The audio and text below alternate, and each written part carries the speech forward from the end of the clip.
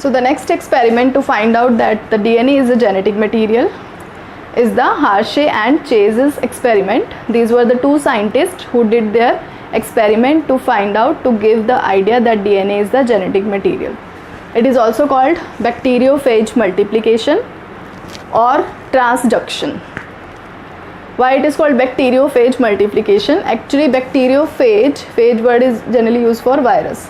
Bacteriophage is a bacterial virus which infects bacteria. जैसे virus हमें effect करते हैं, हमें इन्फेक्ट करते हैं, उसी तरह से they can also enter into bacterias. ठीक है. Example is he did his experiment on T2 bacteriophage, जो कि एक वायरस है, बैक्टीरियोफेज वायरस, जो कि किसको इन्फेक्ट करता है? E coli bacteria, Escherichia coli bacteria को इन्फेक्ट करता है. और इस प्रोसेस को हम क्या बोलते हैं? ट्रांसडक्शन. जब भी एक वायरस बैक्टीरिया को इन्फेक्ट करता है, तो अगर हम वायरस का स्ट्रक्चर देखें तो इसके अंदर क्या होता है? इस तरह से प्रोटीन कोट होता है, बाहर प्रोटीन की लेयर होती है, और अंदर इसका जेनेटिक मटेरियल होता है. डीएनए भी हो सकता है या आरएनए भी हो सकता है. ठीक है. तो जब भी ये वायरस जो होता है किसी भी बैक्टीरिया को इन्फेक्ट करता है, तो ये अपने सिर्फ जेनेटिक मटेरियल को ट्रांसफ़र करता है, प्रोटीन को बाहर छोड़ देता है. ठीक है. इस प्रोसेस को हम ट्रांसडक्शन बोलते हैं, इसीलिए यहाँ पे हमने इसको ट्रांसडक्शन भी बोला है. तो he did is experiment by using the T2 bacteriophage, that is a virus having DNA as genetic material. क्योंकि वायरस भी दो टाइप के होते हैं, एक डीऑक्सीराइबोवायरस एंड राइबोवायरस. डीऑक्सीराइबोवायरस जिनमें डीएनए जेनेटिक मटेरियल होता है, और राइबोवायरस जिनमें आरएनए जेनेटिक मटेरियल होता है. तो इट इज़ अ डीऑक्सीराइबोवायरस. तो आपको पता है कि जो डीएनए होता है, जब हम इसका डिटेल स्ट्रक्चर स्टडी करेंगे, इसके अंदर नाइट्रोजनस बेस, फॉस्फोरस, शुगर, ये सब प्रेजेंट होता है. ठीक है. तो उसमें से इसने क्या किया? दो रेडियो एक्टिव आइसोटॉप ले लिए. रेडियो एक्टिव आइसोटॉप लेने का पर्पज़ ये होता है कि जब हम स्टडी करते हैं तो हमें वो बैक्टीरिया जिसके अंदर रेडियो एक्टिव आइसोटॉप्स होते हैं, रेडियोलॉजी के थ्रू इजीली एक्सरे के अंदर बहुत क्लियरली दिखाई दे जाते हैं. अदरवाइज़ हमें पता ही नहीं चलेगा कि वायरस अंदर गया है या नहीं गया है. ठीक है. तो इसने क्या किया? दो रेडियो एक्टिव आइसोटॉप लिए, फॉस्फोरस का और सल्फर का. Phosphorus was P32 and sulphur was P35. Okay. And then he did his experiment. Let's see the experiment. How did he do his experiment?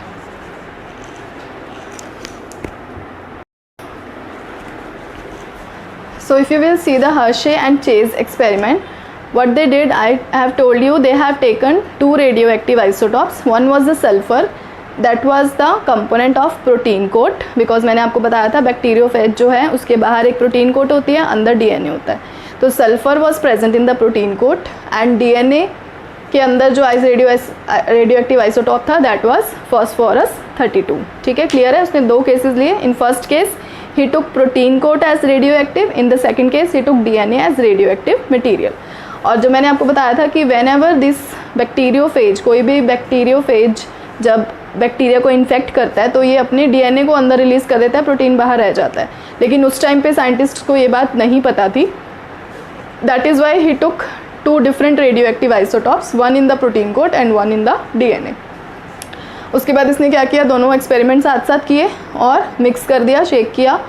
And then उसके बाद क्या होता है, जो बैक्टीरियाज होते हैं वो अपने होस्ट सेल की मशीनरी को यूज़ करके अपना पूरा स्ट्रक्चर बना लेते हैं. प्रोटीन बना लेंगे और साथ में अपना जेनेटिक मटेरियल बना लेंगे. तो दोनों केसेस में यहाँ पे प्रोटीन इसने बना लिया, अपना प्रोटीन कोट बाहर से जो मैंने आपको हेक्सागोनल शेप दिखाया है, एंड जेनेटिक मटेरियल, दोनों चीज़ें इन्होंने प्रिपेयर कर ली. After that, after forming its structure, the bacteriophage break off the bacteria, bacteria को ब्रेक करके बाहर निकल जाते हैं. ठीक है. उसके बाद फिर इन्होंने क्या किया? इसको आइसोलेट किया और स्टडी किया एक्सरे के under. Then they found that the bacterias were completely the viruses were completely non radio active. उन्होंने देखा जो बैक्टीरियोफेज ई कोलाई से रेप्लिकेट होकर निकल के आए, रिप्रोड्यूस होकर निकल के आए, वो कम्प्लीटली नॉन रेडियो एक्टिव थे. और इस केस में जब उन्होंने देखा बैक्टीरियाज को एक्सरे के अंडर, तो देखा वायरसेस को, तो they were completely radioactive. So they came to know that there is something in the protein coat. When the protein coat was radioactive, the viruses which were coming from the E. coli were non-radioactive. But when the DNA was radioactive and the viruses which were coming out from the E. coli was radioactive, it means that they came to know protein coat does not have any role to transfer the information into next generation. DNA is the only material which will transfer the information to next generation, क्योंकि इससे उनको clear हुआ protein code तो बाहर ही रह गया था, सिर्फ डीएनए अंदर गया था, और यहाँ पे डीएनए के अंदर कोई रेडियो एक्टिविटी थी नहीं, यहाँ पे डीएनए के अंदर रेडियो एक्टिविटी थी। तो जब ये वाला रेडियो एक्टिव डीएनए अंदर गया और यहाँ से रेप्लिकेट होके निकला, तो नेक्स्ट जनरेशन में जो सारे वायरस बने वो सभी रेडियो एक्टिव थे। इट मीन्स दैट डीएनए ही ऐसा मटेरियल है सेल के अंदर जिसके अंदर जो भी फीचर होंगे वो नेक्स्ट जनरेशन में ट्रांसफ़र हो जाएंगे। अब वो फीचर्स कभी तो बिल्कुल एग्जैक्टली सेम ट्रांसफ़र हो जाते हैं और कभी उनके अंदर थोड़ा चेंज हो जाता है डिपेंडिंग अपॉन द वेरिएशन, जो हमने म्यूटेशन और वेरिएशन को स्टडी किया था।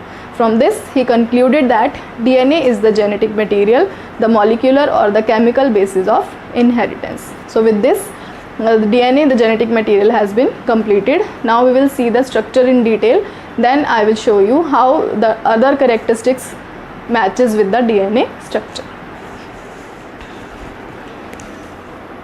And the Chase experiment was one of the most remarkable works in the field of genetics. What was the experiment about? And what does it help us infer? Let's find that out. In the timeline of the history of genetics that we looked at, we have reached this point. So let's step ahead and jump to the year 1952.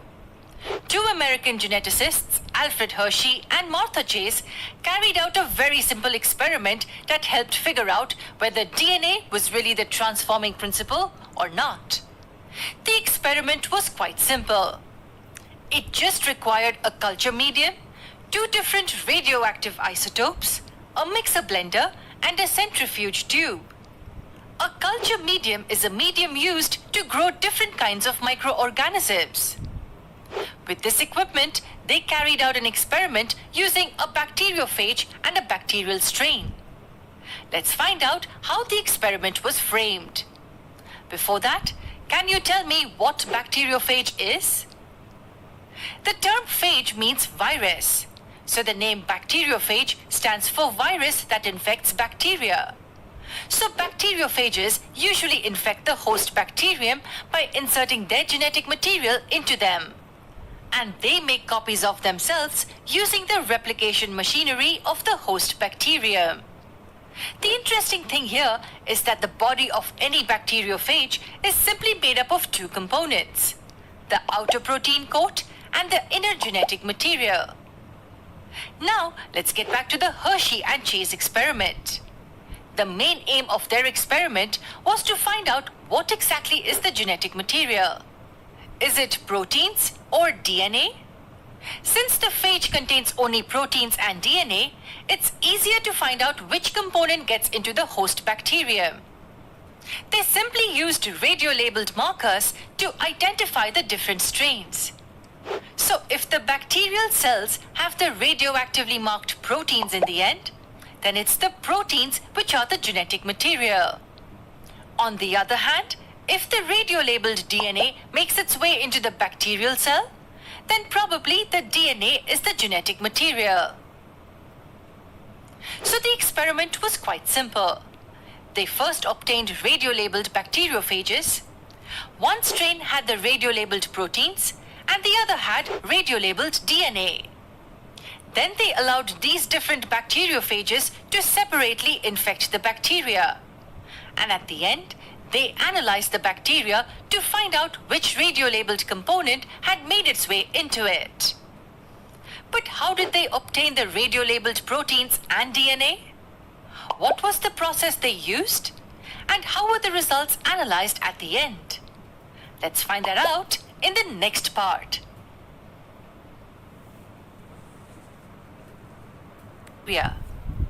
We know that their bodies are made up of only proteins and DNA. That makes it easier to figure out what gets into the host bacterial cells. The experiment was quite simple.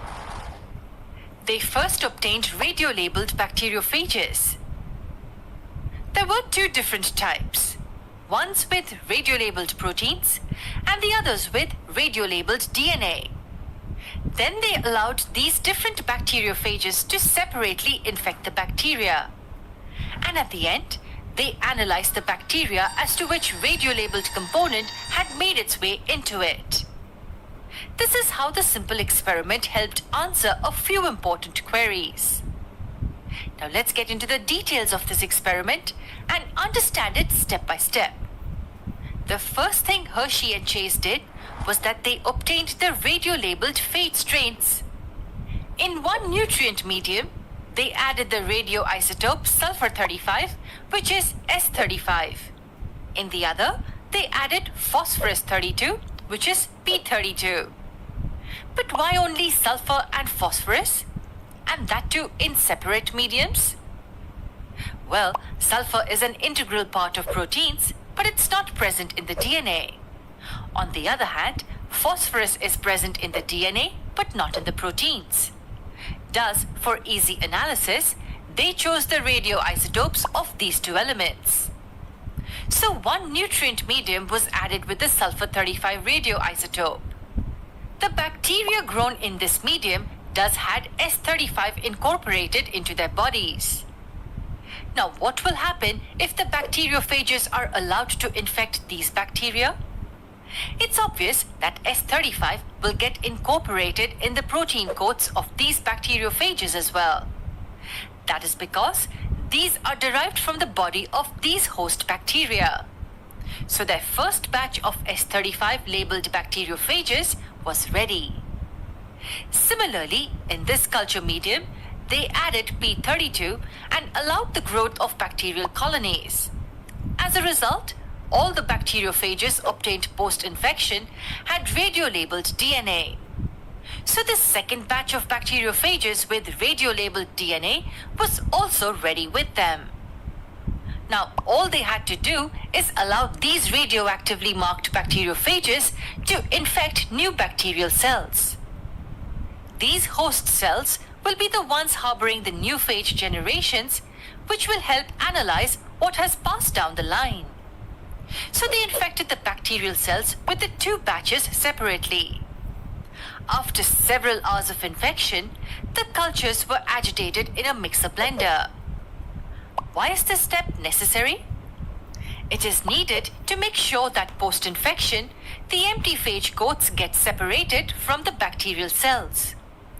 The agitation helps release the empty phage coats attached to the bacterial cells.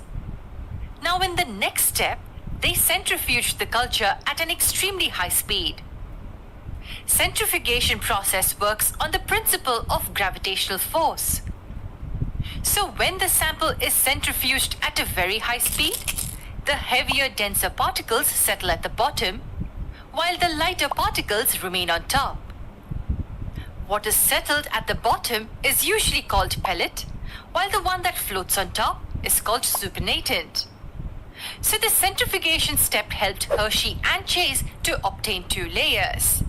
The one on top was supernatant, and the one at the bottom was pellet. They checked the radioactivity in both the batches and concluded their analysis. Before we reach the conclusions, can you help Nora guess the interpretation? What will be the interpretation if the radioactivity is found in the supernatant? And what will be the inference if it's found in the pellet? Think about it.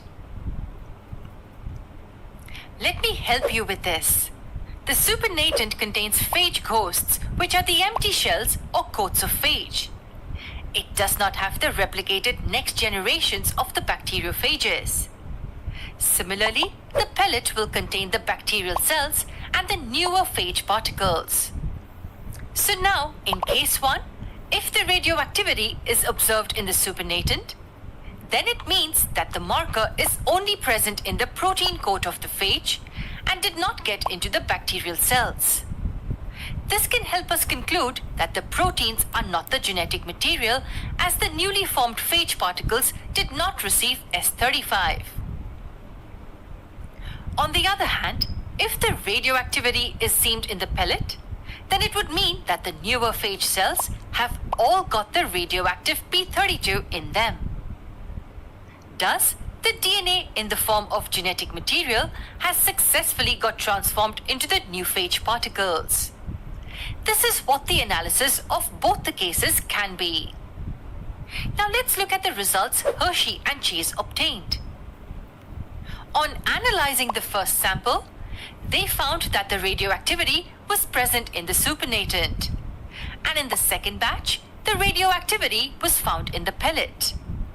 What did this mean? That's right. With this, the two concluded that it's the DNA which is the genetic material and not the proteins. If proteins would have been the genetic material, then the pellet in the first batch would have shown the presence of radioactive S35. Instead, the pellet in the second batch showed the presence of P32. Thus, it was confirmed that it's the DNA which is the genetic material. With this, Avery, MacLeod, and McCarty's analysis that Griffith's transforming principle was DNA was also proved. Thus, the long-ignored DNA molecule now rose to fame, and scientists all over the globe started working on finding its structure. But how was the structure discovered? And what does the actual structure of a DNA molecule look like?